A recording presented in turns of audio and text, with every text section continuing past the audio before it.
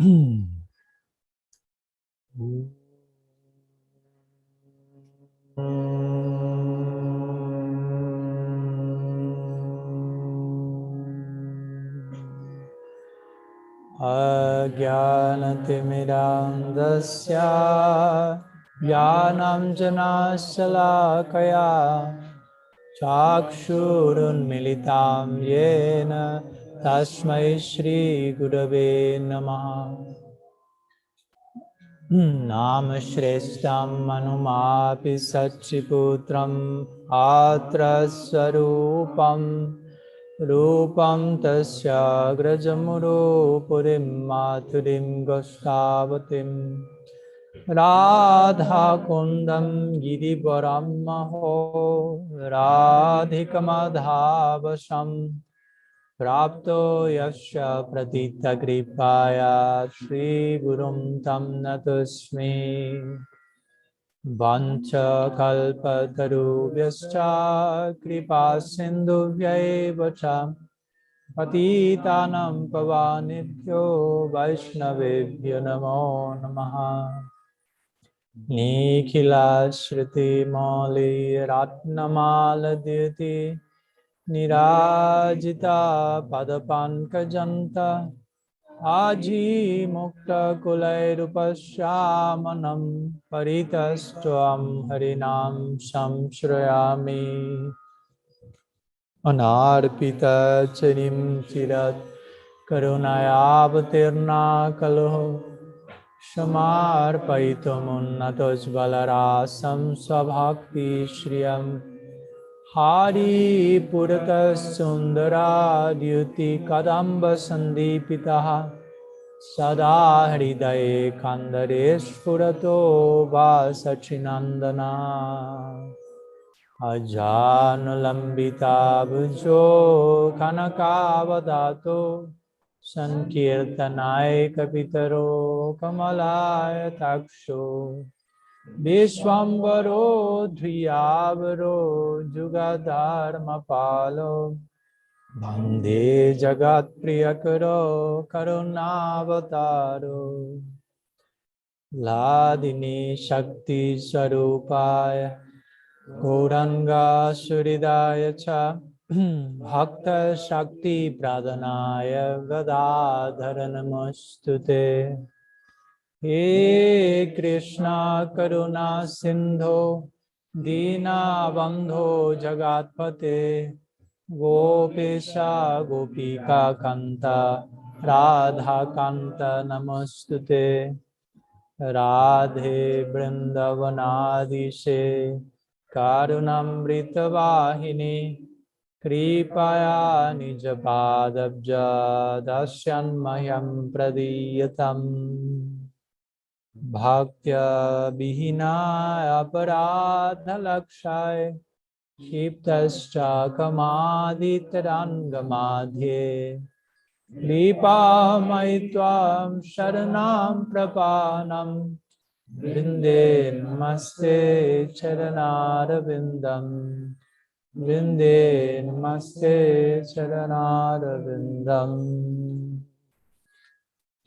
Srila Gurudev ki jai, Sriman Mahaprabhu ki jai, Sri Harinam Sankirtan ki jai, Shri Sri Dauji Gopal ji ki jai, Anantara Srimad Bhagavatam ki jai, Shri Venu-gita ki jai, Gaur Bhakta Vrinda ki jai, Gaur Praman Hari Bol. So, welcome to all of you again. Good evening, and thanks for coming. To all of you also there connected via online, thank you so much for your association. As Lord Chandra will say, glorious devotees. I really like that address. All glorious devotees. Realize you are really glorious. We are glorious. I mean, not in a proud way, but by good fortune. Glory has knocked on our doors, so we have the opportunity of how to say, mixing our existence with Harikatha, mixing our if you will, Tatastha constitution, exposing our nature towards a higher influence, a higher nature, Swarup Shakti, Bhakti Shakti coming in the form of the divine discourse, revealed message. So here we are trying to honor and take proper advantage of that. So class today number what? 18. Okay. So we are seeing today verse number 16. We are starting the last quarter, if you will, of the Venu-gita. Since the chapter consists of 20 verses. So today we are starting the last quarter, verse 16 till 20. So let's make some brief recap of what we studied last evening. We studied the second part of the 15th verse, if you remember, which was this verse where the rivers are the main character of the shloka, hearing the flute song, and in their minds, because the river have minds in Vrindavan, in their minds wanting to join Krishna. And again, especially the minds of the gopis, their minds being projected to the whole environment. And by the effect of the flute, again, they start to create whirlpools, they start to break their current and flow in the opposite direction, not joining their husbands, their oceans, and the gopis projecting their own parakya reality, and expressing their divine agitation by way, again, of whirlpools, and with the arms of their waves, Bhuja, embracing the feet of Krishna, holding onto them, and finally presenting offerings of lotus flowers. To Mukunda, Murari, those two names of Krishna were mentioned in this verse. So in the first part, I will make a recap of that. We explain, among other things, the name Mukunda, and we started yesterday's class by explaining the name Murari, which has, as usual, many layers of possibilities, starting with a very general idea, Krishna killing, remember, the demon Mura, who had the blessing of whoever he touched, her chest will collapse and so on.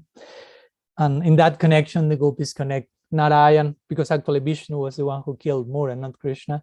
But Gargacharya say that Krishna will inherit, if you will, the virtues of Narayan. So the same way, may he kill our Mura. And Mura has so many meanings. Our suffering in separation from him. May he kill our death. We are dying in separation of him. Or also Mura will mean refer to Madhurya Rasa, to the romantic attraction, and Krishna is the enemy of Madhurya because he's not,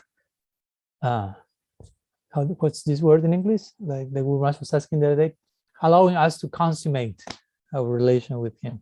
And actually he's doing that, but it's in specific installments. No, you require some other things to happen till the consummation of the whole relationship is in place.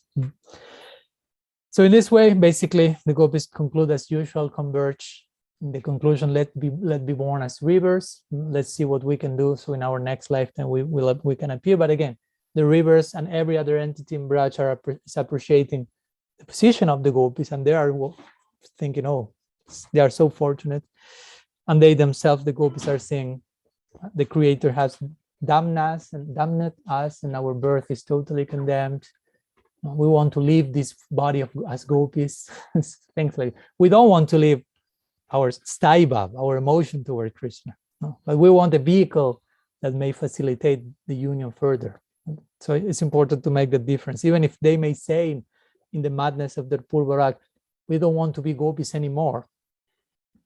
They don't want to leave their Madhurya attraction toward Krishna that characterizes the gopis that much. So it's just a way of expressing their longing for union. And in that context, we gave some examples of devotees in that level of madness, expressing, let me born as a snake, so I facilitate Radha Krishna's union by scaring Shirada, and things like this. It's just a way of making a point that further emphasizes which is their inner staibhav, basically, but not modifying that, but facilitating seva, basically. So, brief words about yesterday's class, and from that so-called inert object, rivers, water, today we will move to another quote-unquote inert object in Braj. no inertia there, but it's a way of in which we create a bigger, even bigger contrast, because look, this is generally inert, but look how this is acting and so on. So today is the turn of the clouds. So we go from the water element, as we will see, to another watery element, because as you know, clouds have to do a lot with water being evaporated. Actually, that will be the connection that some of our acharyas will make. Okay, now let's go from the river. The river, oh, it takes the form of clouds now. So the natural sequence takes us to the next verse, today's verse, verse 16. So let's recite it. Let's recite the verse in Sanskrit. Basically here, the rivers will be described, as you will see, forming a beautiful protective umbrella to give relief to Krishna from the heat and other things as well. So it says like this. Drishtva tape brajapasun saharama gopai sancharayantam anubenu prema prabridha udita kusuma balibihi sakyur vyadhat swapapu sambudata patram. So the translation says, in the company of Balaram and the cowherd boys, Krishna is continually vibrating his flute as he herds all the animals of Braj, even under the full heat of the sun. There it says the summer sun, but actually we are in autumn season. So it's a way of, I don't know why whoever made that translation, which was disciples of Prabhupada, was not Prabhupada this time, because this is chapter 21, some of his disciples. Maybe the idea was, although it was autumn, it felt like summer or something. But technically, we will see there's no summer word in the word by word. Sorry, the interruption. Let's go again. In the company of Balaram, the cowherd boys, Krishna is continually vibrating his flute as he herds all the animals of Braj, even under the full heat of the summer sun. Seeing this, the cloud in the sky has expanded himself with love. He is rising high and constructing out of his own body, with its multitude of flower-like droplets of water, an umbrella for the sake of his friend. Vrindavan clouds ki jai. So yeah, there are some details, again, technical. For example, I think the original also says Lord Krishna, right? In your translation, say Lord Krishna. But the gopis will never say like that. They will never say Lord Krishna is. So it's a way of Prabhupada disciples to continue with how Prabhupada tried to make the point. Krishna's to Bhagavan Sayam, he's Bhagavan. But if you really enter into the psychology language of the Leela, gopis are not saying Krishna, Lord. So, and it's not in the original, but there are, again, technical details that I'm just clarifying in case you feel I'm saying something different from that translation. Let's go to the word by word. So first line says, Drishtva tape brajapasum saharama gopai. So similar words start to appear. Balaram reappears here after some verses. So Drishtva means like after seeing. After seeing. So we'll see what does this mean. Still, the whole thing is not unfolded. Brajapasun means the animals of Braj. Saha means with. Oh, I forgot one word, sorry. Drishta atapi. Atapi. So atapi means in the heat. Again, it's not saying summer. It's not even saying autumn. It's just saying heat. But remember, the first verse of this Venu-gita puts the whole narration in the context of the autumn season. Sharat. So atape means in the heat. You may remember the song Bajahure Mana, Chinanda Nandana, Abhaya Charanaharavind. One part says Sita Atapa, Vatabarishana, and so on. Edine Jamini Jagiri. Sita Atapa means in cold and heat, and the rains and so on, and so on, says the lyric. So Atapa means hot season. So Drishta Atapi. So after seeing in the heat, Brajapasun means the Pashu. Pashu means what? We already used that word many times. Animals. Pasun with N is plural. So animals. and Braja means Braj. And it is said sometimes animals, of course, for us immediately it's cows and calves, but it's not saying cows and calves, it's saying animals. So sometimes the acharyas comment here that sometimes other animals join the party, but of course, favorable, anukul species, no, favorable domesticated animal, not like a dinosaur or like a crocodile and snakes, but like a goat, no, a sheep, something that may like not engage in that big rasa basa, if you will. So that's why they say here animals, and not only the go or gavan, cows, and so on. So Saha Rama Gopai. No? So Saha means along with, and Rama Gopai means Ram, who is Ram, Balaram, and Gopai. Gopai means the Gopas.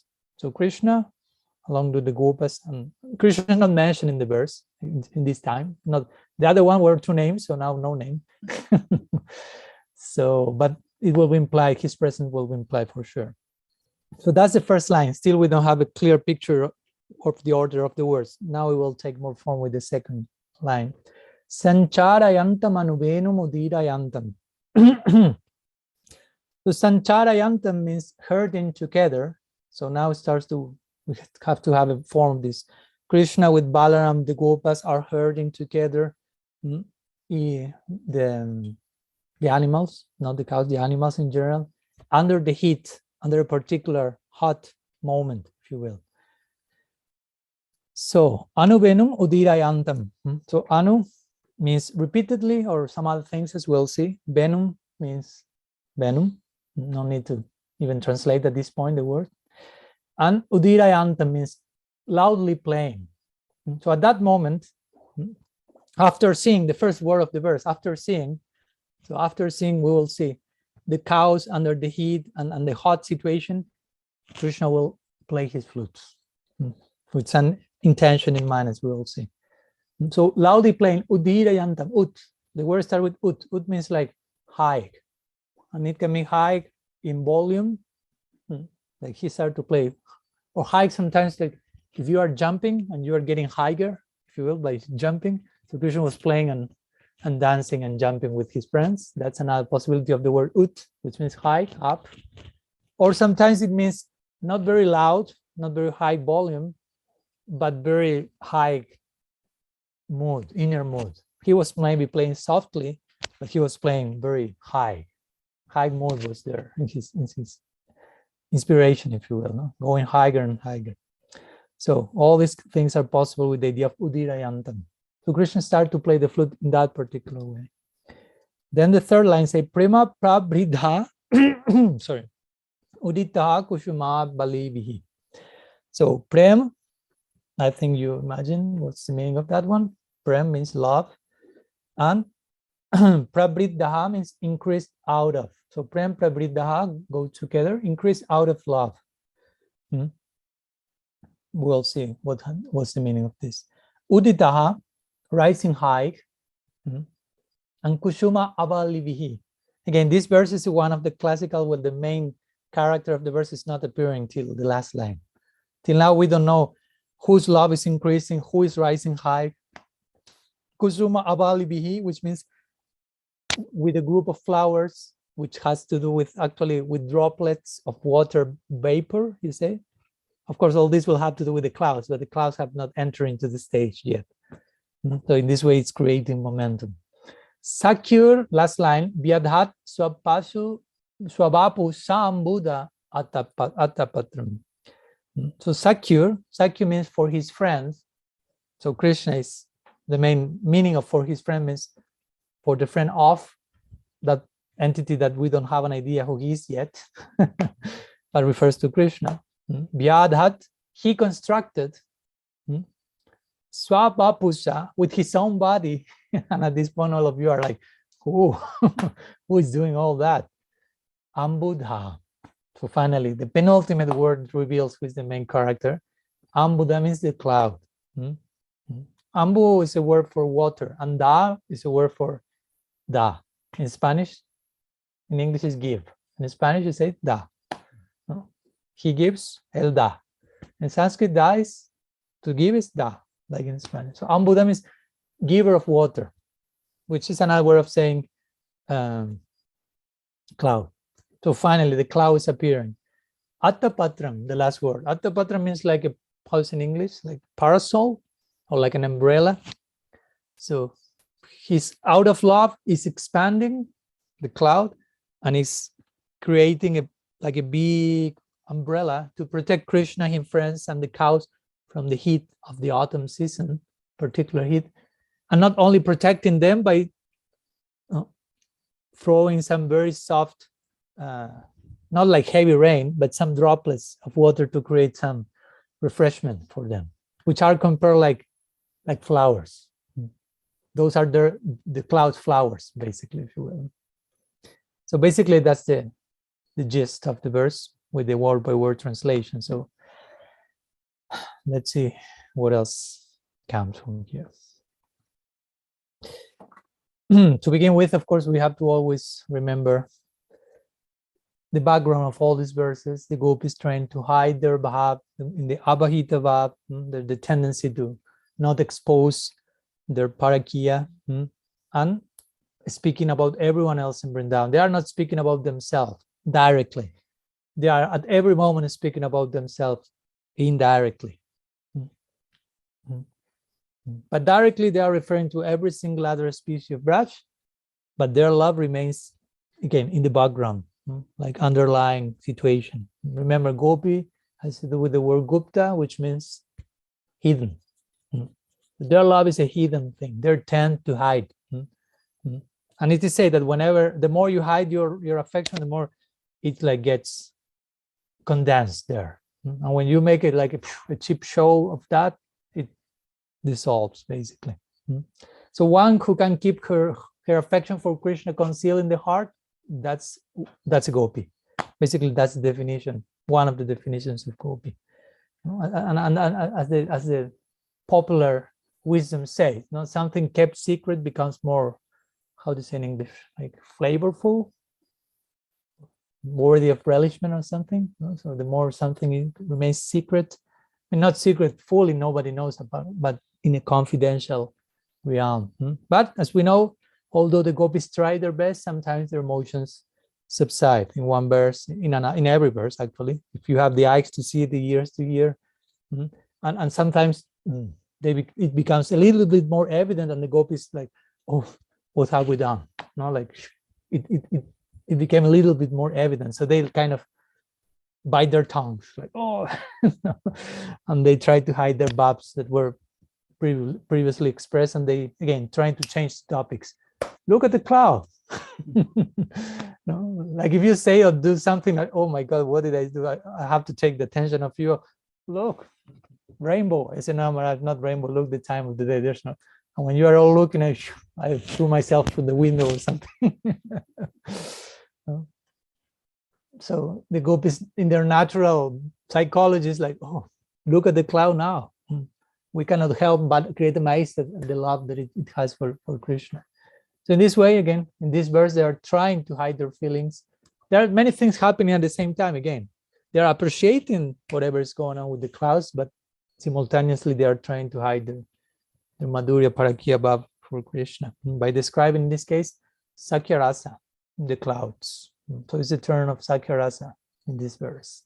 Of course, it already was present by mentioning of Balaram and the Gopas in many other verses. Again, Sakya Rasa is surfacing in this particular verse. We see that sometimes the turn of Madhurya, Vatsalya, cows, Sakya, and so on. So let's share some things that were said by our acharyas in some commentaries here and there. Srila Jiva Goswami, in his Lagu Vaishnava Tosani, confirms this fact that how the gopis are trying like to distract the audience from what's actually going on. And he says, now, even while imagining an emotion in an unconscious entity as before, with a description of the rasa of friendship, the gopis speak as if to cover their own rasa. They do this in the next verse as well.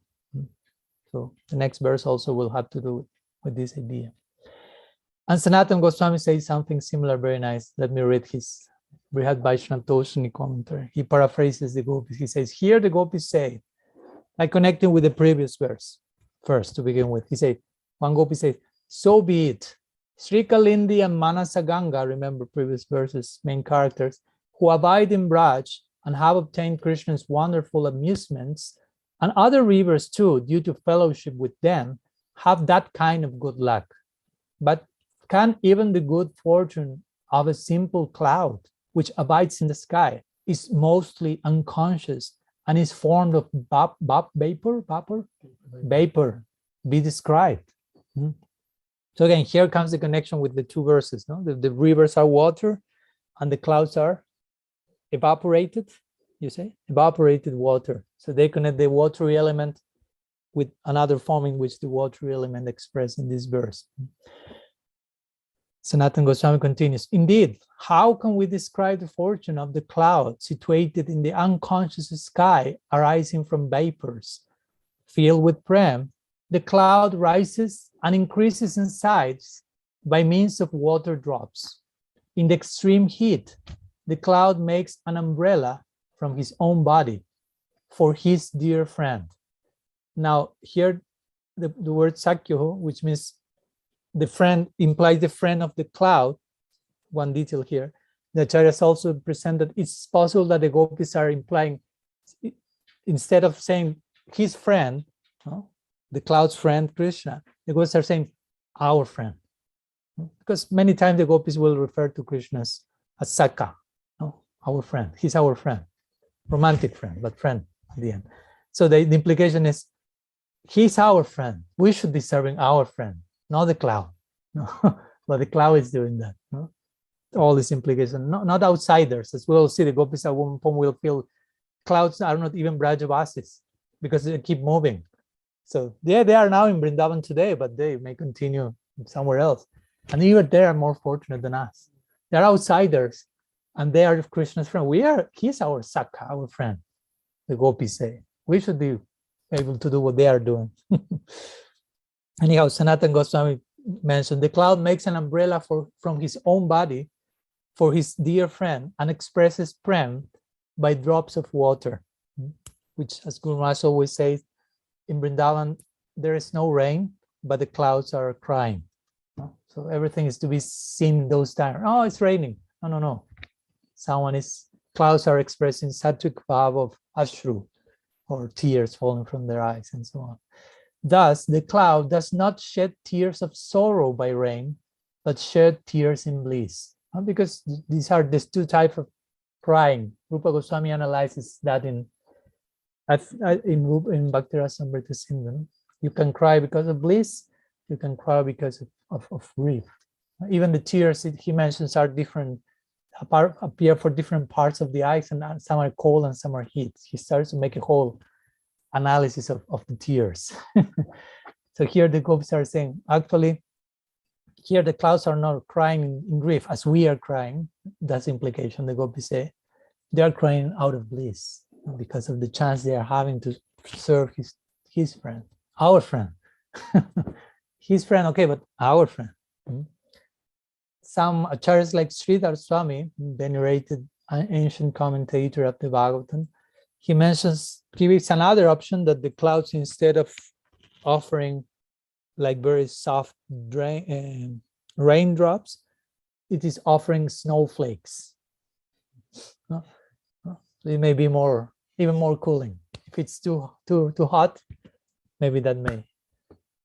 Even though outside of the cloud it's totally hot, there you are receiving snowflakes. Vrindavan, everything's possible. So basically, this verse depicts a typical daily scene, and of course, the gopis are visualizing at that particular moment what's going on in the forest from the village, but from the vantage point of their hearts, if you will, and being there, as they always say, in this forest while they are in the village, but they are in the forest. Physically, the body's in the village, but they are somewhere else. So, and there have been some verses in the Venu-gita that we have already shared in the beginning depicting this scene, no? Krishna, Balaram, Gopas in the forest with the cows, because that's the moment in which we are in this whole Venu-gita. In Purvana Lila, 8:24 till 10:48, Gocharan Lila, when they're going for cow pasturing and so on. So here again, Baladev is depicted with the name Rama. So there's an interesting point here, because generally, of course, we may call him many names: Baladev, Balaram, Dauji, Ram, and so on. Rohini Sutta, Rohini Nandan, and so on. But one important point here that it is made is that generally in the Bhagavatam, because we are in the Bhagavatam here, analyzing different sections, specifically this chapter, but along the Bhagavatam, we won't find all those names of Baladev there in the Bhagavatam. Mostly we'll find the names Ram and the name Bala. So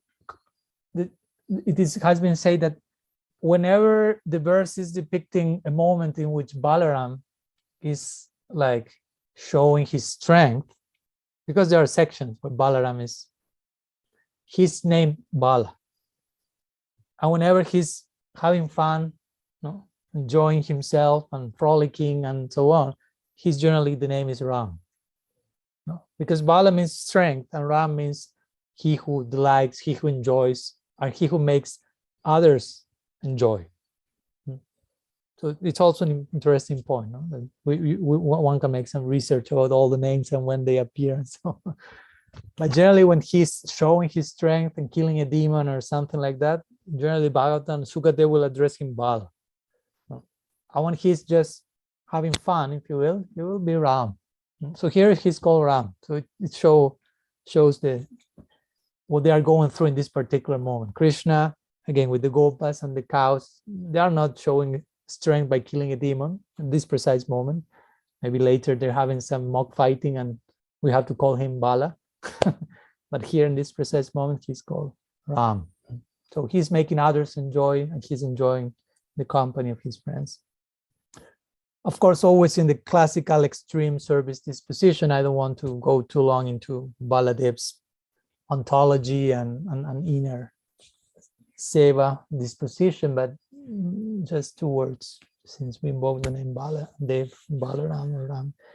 So we know he's really, there's no place where he's not in one way or another serving Krishna, as Guru Maharaj always likes to point. He's a really very personification of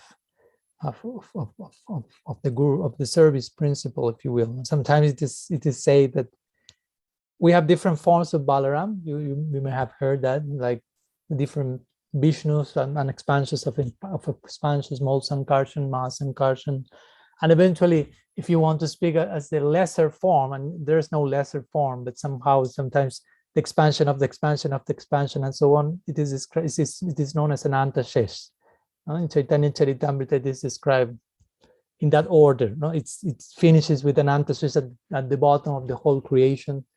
And again, this is not to downplay an Antashesh position at all. But sometimes some sadhus make the point of a play of words with Ananta Shesh.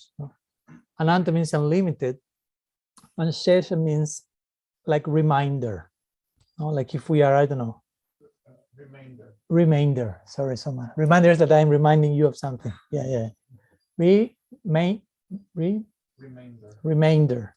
Okay. So if you are, I don't know, if you say 5 minus 5, 0. No remainder. So sometimes it is made a play of words between Ananta and Shesh. Ananta means unlimited. So it says after Balaram performs unlimited service and he covers all the bases, so to say, if some remainder is there, he will go and take it. I also take it. And he will continue doing service in that particular remainder little section that he has not covered in the beginning. He will appear again as Sri Guru in one form, as Sri Mridanga, as the ornaments of Krishna. He will cover all the bases, if you will. I will be there as the umbrella, as the thread, as the paduka, as the bed. Obsessed with divine service, basically. So Ananta says, Ki Jai, Shri Balaram Ki Jai.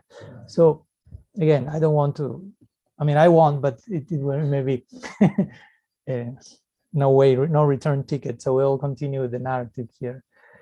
So going back to the scene, Krishna, the Gopas, Sri Ram, they arrive at Govardhan's meadows, if you will, or at the banks of the Jamuna, almost at midday. At this point, it's a little bit later than the Purban Lila, where they were leaving for the forest there for a while there.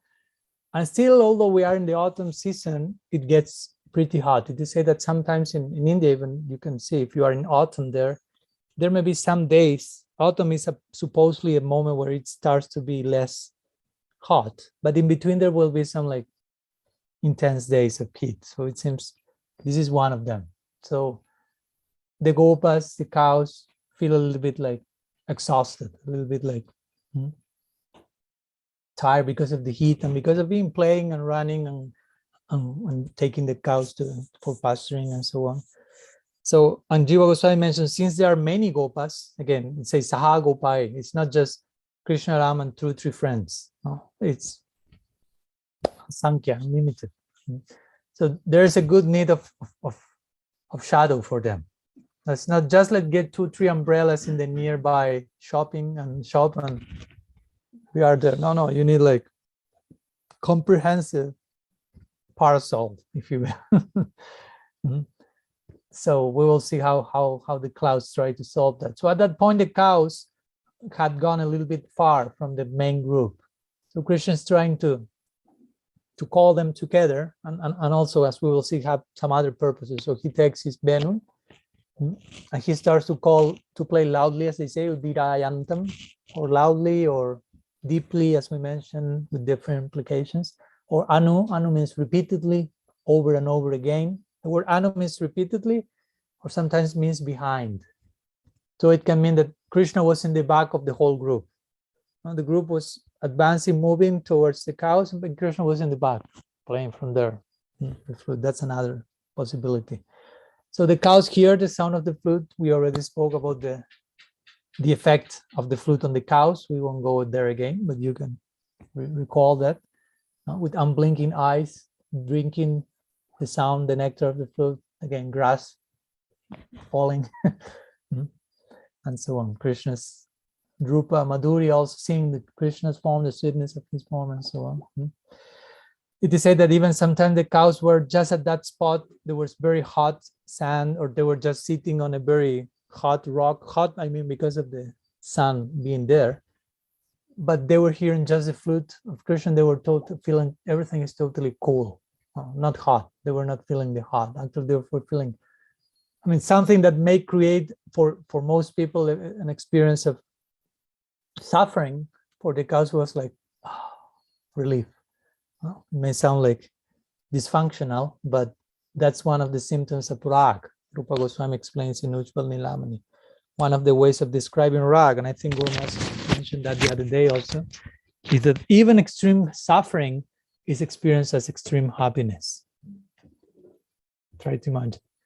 Do not try to imitate, but but that's the point. The question, of course, is what's in their heart for their perception of things in such a way, something that for every single person will be extreme suffering. You can imagine whatever. For someone who has rag, that same thing is a source of unending bliss. So this is the case with the cows sitting on very hot surfaces, but experiencing everything like as cool as whatever you can imagine that may be cool. So, but Krishna nonetheless wants to give further relief to the cows and to his friends. There he's seeing some drops of perspiration. So which arrangement we can do? So of course the clouds will do their part, but Krishna is also inviting them in a unique way. So he's taking his bamshi and he starts to play.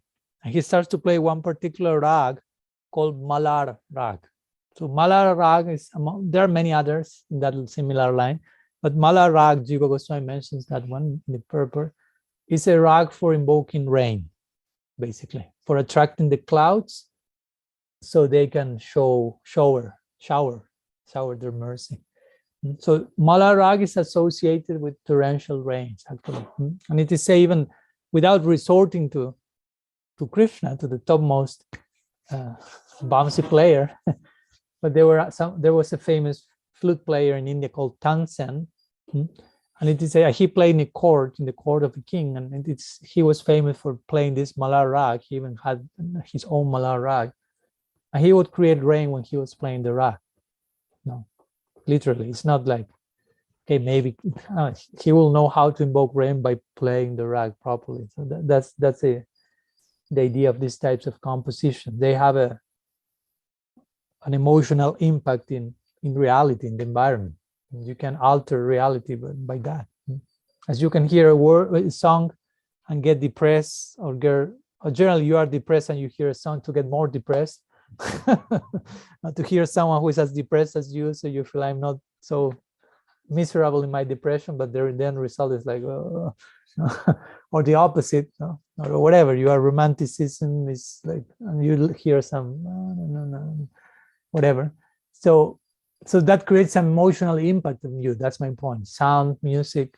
So when that's extremely well performed, that can really create very critical effects in the whole nature around us. So Krishna is doing that here. He's playing Malarag. And upon hearing Malarag coming specifically from Krishna's flute, all the clouds start to assemble and get close to the scene, basically. Because Krishna is playing a thunder rag, if you will. So we have in reciprocation to offer something. So they will offer, among other things, their thunders as well. So Krishna is playing the thunder rag. The clouds will offer thunder with rag, with affection. So the word rag, as you know, means that as well. So the clouds start to appear and to cover Krishna, his friends, and the cows. But there are many. So what happens, it's described here, out of prema prabridha, they start to expand. Out of prem, they start to grow. Generally, you don't see a cloud expanding like in this particular way, no? But it is some sadhu said the cloud thought, well, going to Brahma Vimohan Lila. But Krishna sometimes expanded himself as his cows and friends. So to protect them for a particular reason. So now for protecting him and his friends and his cows, let's expand ourselves. Krishna created expansions of himself, so the clouds are thinking, let's expand ourselves, let's grow in size. Let's grow in service disposition. That's another way. Let's make our heart bigger, in terms of, for us sadhakas, what's the practical application of that. The more we grow, the more we expand our service disposition, the more we can offer a pleasurable service. Siddhar Maharaj will define prem as, I think I told you, once someone asking, what's prem? He said it means to receive unlimited energy to offer in service. So now we have some energy for offering in seva, but prem is there's no limit to the descent of that energy. So you expand again your area of service, your capacity to please Hari, all of your faculties, all your potentials are like reaching its zenith. So here we're seeing one particular personification of prem in the form of the clouds in Vrindavan. So in this way, the clouds are gathering together, expanding themselves, and creating a giant umbrella, similar to what Krishna did in the Govardhan Lila, still to come in this part of the Bhagavatam. So this is first umbrella. Maybe Krishna there got the inspiration for the Govardhan Lila. Then, I can do something similar now. So a giant umbrella, a giant parasol. And not only that, because again, you may be affected by the sun, and okay, I give you shade, but I can add to the equation. So the clouds started to shower some very soft raindrops, not extreme ones, but just very, how do you say in English? When there is not actually raining, but you feel the, okay, it's all of those to put together and more. So some soothing drops of water. That's why it's called ambuda. Again, there are many ways to say cloud, ghan, and so on. But ambuda means giver of water. So like it's giving water in a particular way according to the situation. So again, out of love for Krishna, they're offering, first of all, their very bodies, offering them as umbrellas. Their own bodies are, and the very essence of those bodies, which is in the form of, in the case of the cloud, is water. They're offering their very essence as well. So we see many similar examples in all these verses of the Venu-gita, how these different species are offering their sar, their essence, to Krishna. Now the peacocks are offering their peacock feathers. What else? Remember? The cows are offering their milk. The deer are offering their glances. The rivers are offering the water and lotuses. So we see how the different species are offering the best that they have available in their very own self, extensions of themselves, the essence of themselves. In this case, we could say the clouds are offering their tears. No, that's the essence. They are crying for in love of Krishna, and they are offering that divine water to him, doing some form of soft abhishek. Soft, not like shh, but soft abhishek. So that's their worship. That's how they're, as we always say, in the beginning, we have to get water for the Arctic and get all the elements. And if we don't have one element, oh my God, I cannot do the Arctic. But in the higher realms, they don't have that problem because all those elements come immediately, naturally from their own bodies. Tears and so on. There are all these different parallels. The glances are like the lamps of love. When Krishna returns from cow herding, it is always described how Jashoda and Rohini, all the others, look at him and start like to inspect all the sections of his body to see if he's okay, if he didn't have any, and how they are inspecting that with Vatsalya eyes. That's compared like Deepa, like circumbambulate, like around the different parts, like to see. Like what Srila Simran says, how Gadadhar Pandit was worshipping the Bhagavatam also. He was with tears. He would read the Bhagavatam, and instead of offering water from a conch shell and doing Arctic to the Bhagavatam, as one can also do, Gadadhar Pandit had the whole paraphernalia present in him. So the tears came and the offering of water came directly, without intermediary, you say, but someone in between. Straight. So that's our goal, the perfection of, that's our Archana Siddhi, the perfection of Archana. But you no longer need, where is the flour, where is the water? You don't even think in those terms. All of those ingredients are organically coming from you. You are not even thinking about, now I will do Arctic. I mean, naturally you are doing that at every moment while looking at the object of your affection.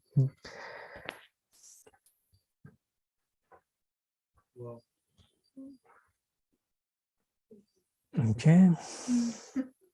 That was not a cloud thundering. That was a tree. Anyhow, I'll continue. One Gopi continues saying, in this connection, I'll read to you. Gopi says, in connection to what we are saying, all the things that the clouds are offering. When a great personality arrives, in the classical Indian tradition, you receive a great personality in your house, there is a whole decorum to follow. It's not just, hello, go on. You're at home, do whatever you like or something. Or I'm going, I'm just finishing one video game. Give me 15 minutes, I'm going. Nothing like that. So if someone is coming, very special personality, his dear ones worship him with mainly 3 elements are mentioned there. Like bathing his feet with cool scented water, like washing of the feet, offering garland flowers or flowers of some form, and playing a conch shell, like we do for the Arctic. And great personalities are coming, if you will. So in the same way, this cloud, we're seeing his friend Krishna are basically exactly doing that, the same thing. Krishna's, this expression is always mentioned in Shastra. Krishna is dearer to him than millions of their own lives. It's difficult to conceive because generally for us, as Sukadev Goswami says in the Bhagavatam, actually for us, the Atma is the ultimate object of our own affection. Even though we may think we love this, we love that, generally we love anything because we perceive that as an extension of ourselves. So ultimately we love ourselves. But here in this type of example, they say they love Krishna more than millions of their own selves. Not only more than themselves, but multiply how much you love everything, that you think you love everything and actually you love you, multiply that for billions and zillions, and that is not even enough to represent how much they're loved not themselves, but Krishna.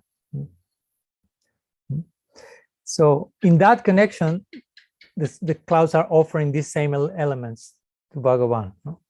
The water that you offer the great personality to wash her feet is coming in the form of this soft raindrops bathing, like doing some soft abhishek to Krishna. The flowers are coming in the form of flower-like tears, similarly, of love, flower-like raindrop. And the deep thunder or rumbling is like the conch shell. Like sometimes it's played when a great personality is coming to welcome. So this is a parallel, poetic parallel sometimes is given to how the clouds are receiving Krishna's appearance in the forest. And interestingly, again, when we speak about the offering of the tear raindrops, the word actually in the verse, if you pay attention, says Kushuma Balibi. Kushuma Balibihi means a group of flowers. So again, what's the meaning of group of flowers? The Srinath Chakravarti, in his purport to this verse, he mentions that Kushuma Balibi means with drizzles. You say drizzle, which are almost flowers. Because again, intense rain is not perceived as flowers, but some soft rain is like flower petals coming. And he says, generally, water is defined as mega pushpa. One word in Sanskrit for water, I mean, Sanskrit is very poetic, is mega pushpa. Mega means cloud, and pushpa means flower. So one way to say in Sanskrit water, because to say water is ordinary, they say the flowers from the cloud flowers. So next time, instead of asking for a glass of water, please, you be a little bit more poetic. Please, can you bring me a glass of cloud flowers, please? Not outside of this group, because they will put you in the madhouse, but among ourselves. You can ask that. I need some flowers coming from the cloud. Okay, you want water. Yeah. So that's how it's defined classically in Sanskrit, one of the ways of saying water. So in that sense, the water here is described as flowers, because it's already, if you are embedded in the culture, you will know, of course, water means the flowers coming from the clouds, so, basically.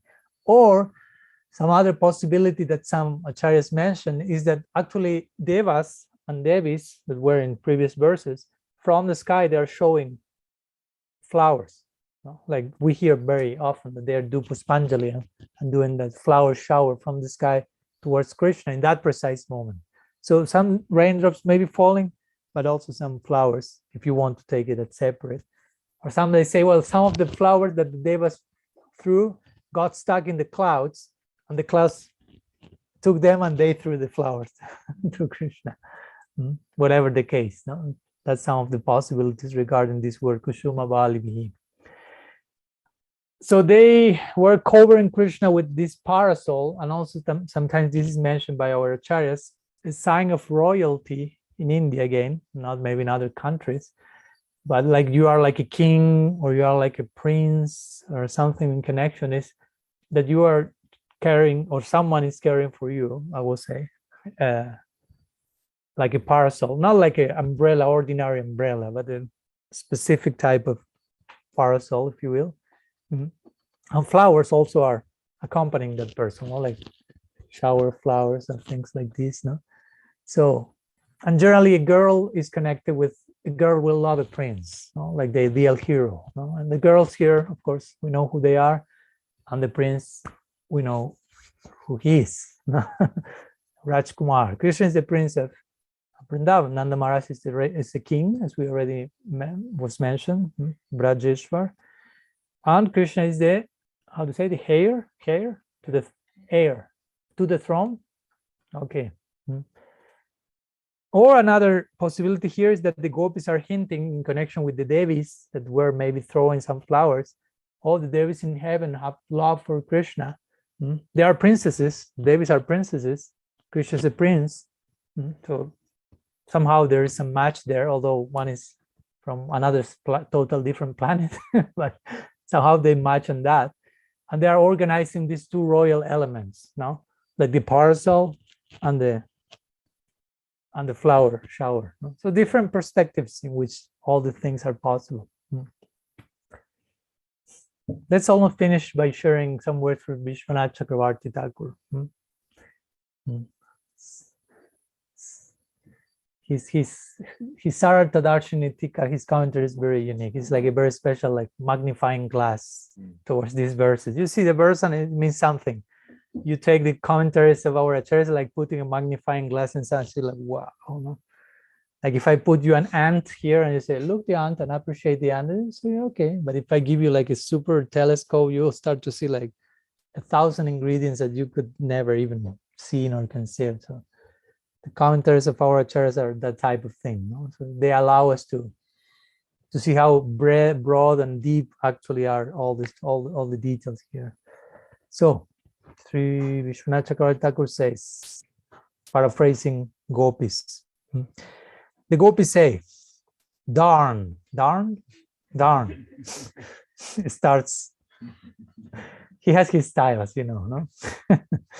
Darn. Even the things that are in Sakya Bhav, not the persons, but the things, no? You can speak about the cloud as a thing. Even the things that are in Sakya Bhav make themselves successful. The cloud enlarged only out of love. This means it increased to alleviate the heat of him who was with cows and cow herders.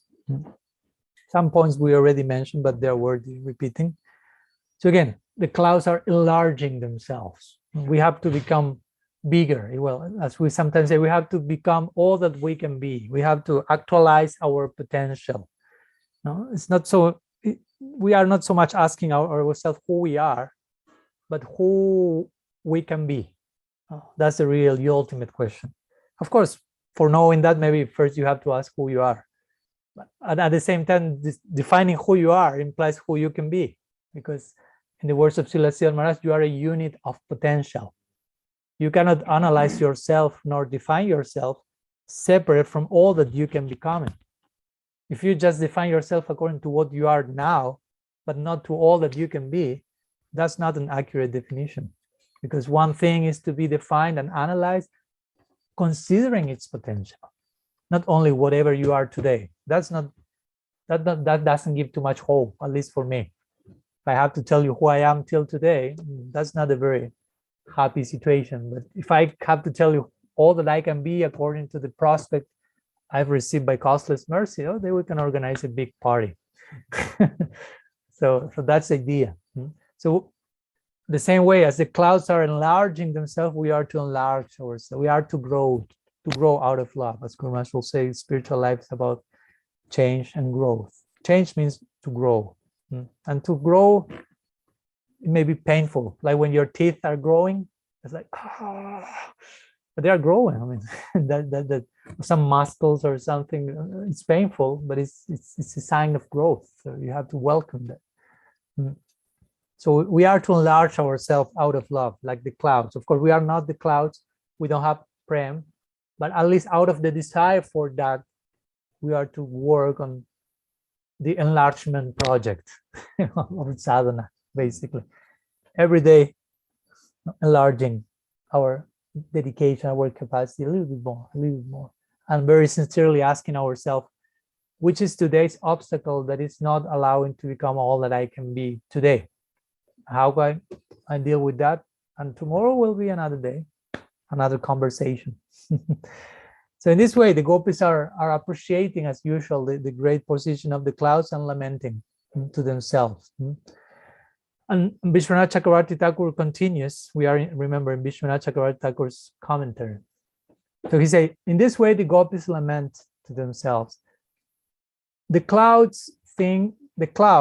thinks of himself as Krishna's friend because they are so similar. And now he will give some nice parallels between, because again, if the cloud is thinking of Krishna as a friend, means as equals, Sakya is among equals. So a cloud is seeing Krishna, is seeing another cloud. Oh, here's another cloud. Krishna is like a cloud. Ghanshyam, as we'll see. So which are the similarities that make the cloud to see Krishna on equal terms and establish a Sakya connection? One, both of them remove distress. Cloud remove distress. You're like here, no? You're very affected by heat.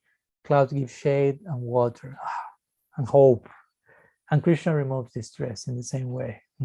So they do not only have, as we'll see, of course, similar color. That's a classical parallel, no? But they have a similar swabha. They have a similar nature. They remove distress. Krishna is a remover of distress. Although the gopis here will call him giver of distress, but that's another thing. No, in general, what they gopis are seeing outside of themselves for a moment. Oh, he's removing the distress of everyone. As we will see, it will end up by saying, except for us. But here it's saying they remove distress, and not only they remove distress, and that makes them similar, but they remove distress by downpours of nectar. The cloud is raining nectar in the form of its water, and Krishna is raining nectar in the form of rasa, in the form of the sound of the Venu, of the flute, which is like a rain of nectar. Vishwanath Chakravarti Thakur say. Then he goes to the hue. He say both the cloud and Krishna, they are both dark blue in color. So one name of Krishna is one of many. There are many names of Krishna in connection to his cloud-like, dark cloud-like hue, like Ghana Sham or Mega Sham. There are different words for cloud. Mega or Ghana, and Sham refers to him, Sham Sundar. So they are similar, again, externally, hue, internally, nature, and both of them exhibit also lightning and thunder, they say, no? So the lightning in the cloud, we know which is that one. In Krishna is his pitambara, his yellow cloth, is the color of lightning, I described. And the thunder, which is Krishna thunder, Venu-gita. That's it. So in this way, and of course there are many other things that are not mentioned by Vishwanath Chakravarti Thakur. We have shared before, I think, like the description of Krishna's peacock feathers, like the rainbow in that sky, and Krishna's pearl necklace is like the birds flying in that same sky. So they add different other parallels with the whole scene, basically. So Vishwanath Chakravarti Thakur continues, paraphrasing the gopis, that due to those similarities, that is why the clouds love Nanda Nandan like a friend, again, on equal terms. Just as we saw before, the peacock will see Krishna, and he has so many peacock feathers, and in the distance it seems he has a peacock, as we mentioned, on his head. He seems like a peacock. So for a peacock, say, oh, one peacock there. And they see Krishna dancing, and they start to dance, and the two of them start to dance similarly. So a peacock sees a peacock there, no? Oh, so the gopis now visualize the cloud seeing Krishna as another cloud, because they have so much in common. So, oh, so the clouds will say among themselves, look, another cloud there, a very unique one, but one cloud, one of us, no? One friend, an equal, Ganasham. So in this way, the cloud is giving pleasure to Krishna, but Vishwanath Chakravarti Thakur concludes, as usual, big but, we do not get an opportunity to please him. The gopis lament, basically. So again, even the idea here is even a cloud, if you want to present it in that extreme way, which an sentient being in the sky so far is not here with us, is making Krishna happy. But we cannot do that. We cannot get to make Krishna happy. And Vishwanath Chakravarti Thakur concludes his purport with the gopis saying, to hell with us.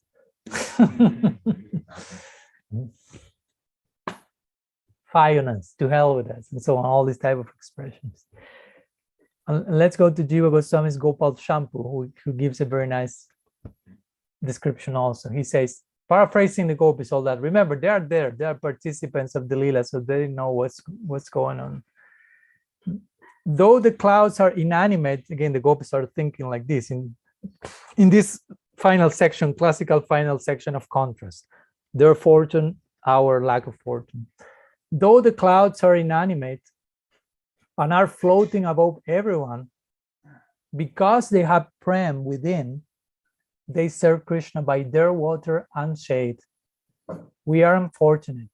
We surrender to him, accept him as the protection of our lives, and give him all respect, but without service to him, our lives are useless. So that's an interesting point the Gopis are making here through Jiva Goswami. We have surrendered to him, we have accepting him, Goptritve Vananam Tata Rakshishati Vishwa, so all these limbs of Sharanagati are in place, but we don't have the chance of rendering service to him. We are not being given that opportunity. Of course, they want to serve Krishna in a particular way, and they are not having that opportunity. So they feel our life has no meaning. Even though all that is, the rest is in place, if we don't have the chance of all those things, make them, all those things converge in the form of seva, which means to do something for the pleasure of the object of my affection. If we cannot do that, I mean, what's the meaning of all the other things, of all that Sharanagati, which is so important, Sharanagati as in, but Sharanagati is the foundation. It makes the Gopis basically say, if you can have 108% Sharanagati in place, but that's basically the stage on which something else will be enacted there, the loving interaction, the life of service. Like Krishna says in the Gita to Arjuna, Prani Talvidi Pranipatina Pariprasnena Sevaya. So that's the last part, Sevaya. Sevaya means offer service. He's not beginning saying offer service. Service is the last part. First he says surrender, humble inquiry, service.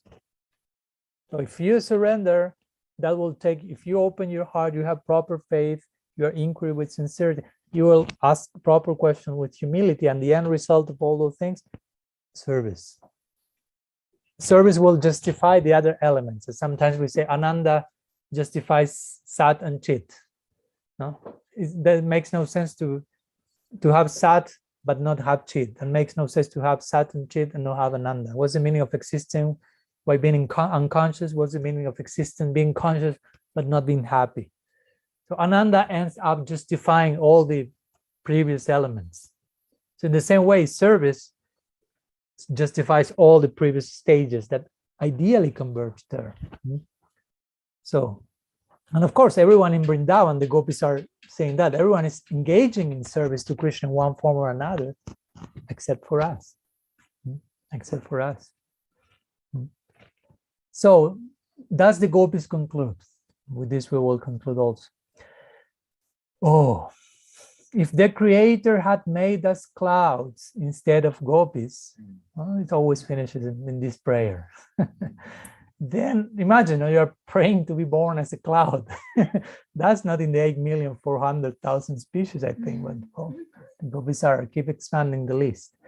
Oh, if the Creator had made us clouds instead of Gopis, then we also could surrender our bodies, minds, wealth, and our everything for Krishna's service, as the clouds are doing. Alas, in this birth as Gopis, we have been completely deprived of service to Krishna. I mean, they are totally absorbing service to Krishna in one sense, because they are the highest service is to think always about him, and they are already doing that. But they want more. Someone who loves Krishna will feel never enough. I can always love him more. Sakhi, see how much anurag these clouds have for him. Sometimes it is said in this appreciation of the position of the clouds that even the clouds know Krishna from the very birth. It is said that Krishna was born, and in the Bhagavatam it is mentioned, if we want to take Krishna as being born in Mathura, which is one possibility, Vasudeva is taking Krishna from Mathura to Vrindavan, and that particular day he was born was a rainy day. So clouds were there from day one. That's one way of saying, no? And Krishna received his first Abhishek from the cloud. Then he went to Vrindavan, if you want to take that dynamic, and then came Nandotsav, and Krishna was bathed, and all the official celebration in Braj. But the very, very first Abhishek, if you want to take the stance of Krishna being born in Mathura, clouds. No? They took the opportunity of the first Abhishek. No? And the clouds, they are thinking themselves, oh, how much prestige will go to our community. No? We have the chance of offering the first Abhishek to Krishna. No? So fortunate we are. And therefore, sometimes Acharya said, because of that, clouds are raining, are crying basically of emotion, and that's what we call rain in Vrindavan. So the gopis continue, just finishing the previous point, no, where they're appreciating the fortune of the anurag of the clouds. So how much anurag these clouds have? By contrast, we do not have even a tinge of prem. What do you think? Do you believe the gopis? Mahaprabhu will say exactly the same thing. Na prema gandho stidharapina haratina. Which means in me there is not even the aroma of prem. Like if you say you have a little box with, example, if with camphor, and you take away all the camphor, but still the aroma is there. But Mahaprabhu say not even that is in me of prem. But if you analyze Mahaprabhu's example, I mean, if he does not have prem, nobody has prem. He is prem purushottam, the supreme, in the supreme form of prem. So the same with the gopis, the symptom, the paradoxical situation of someone who has love, it means it is, I don't have a tinge of that love, which actually only impels them to further obtain higher and higher degrees of that unending love. So the gopis lament in this mood here, we do not have a tinge of prem. And how do we know that? That's their logic. That is why, in despite of hearing the Venu-gita, the sound of the flute, we still remain engaged in useless household activities. In other words, the symptom we don't have premise, we have not joined Krishna yet. That's the symptom. In their humility, they conclude like that. Alas, alas, in all respects, we are such unfortunate girls. So again, and looking at the clouds, as we mentioned, some possibility will say, and even these clouds, they are not even Brajavasis, they are moved here and there from different areas. Again, the gopis are projecting their bhav constantly. But they have more love than us. We are Brajavasis, we have been born here, we are of the same Varna than Krishna. We are gopis, he's a gopa. But the clouds are not conscious entities, are not Brajavasis, they don't belong to Krishna's caste. And despite all that, you see, all that they are doing for him, all that they constantly create these types of contrast. All the things that the gopis have, we are Brajavasis, we are born here, we are of his caste, we are conscious entity, human being, same species as Krishna, but we don't have that opportunity that the unconscious clouds are having. Unconscious but full of prem, of course, the gopis acknowledge that. So these clouds are following Krishna everywhere. So this is like, how to say in English, like the last straw, like stream, like they make this type of examples. No? But again, we have to understand all this is the building of the momentum for the Purva Raga to end. And what is required to basically get Sakshat Darshan and Sakshat Seva of Krishna. Direct darshan, direct seva of Krishna. It's not a cheap thing. So this section for us sadhakas also are teaching this. No? So we appreciate all, of course, there are many, most of the the main characters here are Nitya Siddhas, but even if we want to take like that, they are teaching us what we have to go through if at some point we want to attain eternal union in service with Sri Krishna. No? How we have to go through different stages of separation. That's why the Bhagavatam is mostly concentrated on separation in one sense than in union, and shows all different separations in the different Gitas, at least from the perspective of the gopis I'm speaking here. And on the Bhauma Lila, which is more characterized by separation, Krishna going to Mathura, Krishna going to Dwarka. Some other books like Govinda Lilamrita, Krishna Bhavanamrita, you don't hear that much separation. Krishna is there eternally in Golok, Nitya Astakaliya Lila. The separation is on a daily basis, a few hours, and that's all. But the Bhagavatam is mostly showing the window of opportunity for us sadhakas to enter through the wind. We have to advance through separations to know how to deal with the specific separation that belongs to us in this particular stage. So we may be promoted to the corresponding type of union and so on. So some words we wanted to share today. We'll continue in our next meeting with the turn. We already almost finishing some 4 verses we have, I think. Yeah. So next verse will be, the gopis will be addressing the Pulindis, which are the aborigine women of the nearby surrounding areas of the Braj, outskirts of Braj. So let's see, that will be an interesting section. And then will come the famous verse where Sri Radha, according to our Acharya, speaks the famous verse glorifying Giriraj Govardhan. And then we have one more verse, like wrapping up the whole scene, and the concluding verse of the Venu-gita. So we put this course to rest here, offering pranam to the song of the gopis, which had the potential to purify the whole of 3 words, praying from here to be sprinkled with some few raindrops of that mercy. Vandenanda Brajasrinam Padarenum Abhikshna Saj Samharikatut Gitam Punati Bhuvanatayam. Shila Gurudev ki jai, Shriman Mahaprabhu ki jai, Shri Harinam Sankirtan ki jai, Shri Shri Dauji Gopal ki jai, Grantaraj Srimad Bhagavatam ki jai, Shri Venu-gita ki jai, Gaur Bhakta Vrinda ki jai, Gaur Preman. Vancha kalpatarubhyascha kripa sindhubhyaiva cha patitanam pavanebhyo vaishnavebhyo namo namaha. Ananta koti vaishnava vrinda ki